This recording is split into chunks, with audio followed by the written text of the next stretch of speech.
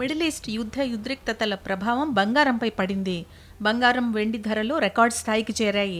24 క్యారెట్ల తులం బంగారం ధర 4,370 రూపాయలు పెరిగి 1,73,080 రూపాయలకు చేరుకోగా, కేజీ వెండి ధర ఏకంగా 3,25,000 మార్కును తాకింది. అమెరికా, ఇజ్రాయెల్ కలిసి ఇరాన్పై దాడులు చేయడం, ఖమేనీ మరణంతో ఇరాన్ ప్రతీకార దాడులతో మిడిల్ ఈస్ట్ అట్టుడుకుతోంది. ఈ తీవ్ర యుద్ధం ప్రభావం అంతర్జాతీయ మార్కెట్లతో పాటు దేశీయ బులియన్ మార్కెట్పై కూడా భారీగా పడింది. యుద్ధం కారణంగా సప్లై చైన్ దెబ్బతినడం, సురక్షితమైన పెట్టుబడిగా బంగారం వైపు ఇన్వెస్టర్లు మొగ్గు చూపడంతో మార్చి 1వ తేదీ నాటికి బంగారం, వెండి ధరలు చారిత్రక స్థాయికి చేరుకున్నాయి. హైదరాబాద్ బులియన్ మార్కెట్లో 24 క్యారెట్ల 10 గ్రాముల పసిడి ధర ఏకంగా 4,370 రూపాయలు పెరిగి 1,73,080 రూపాయలకు చేరింది.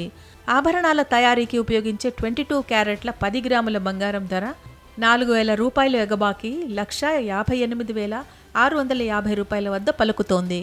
తాజా పరిణామాలతో బంగారంతో పాటు వెండి ధరలు కూడా కొండెక్కి కూర్చున్నాయి. బులియన్ మార్కెట్లో కేజీ వెండి ధరపై ఒక్కరోజే 5,000 రూపాయలు పెరగడంతో 3,25,000 మార్కును తాకింది.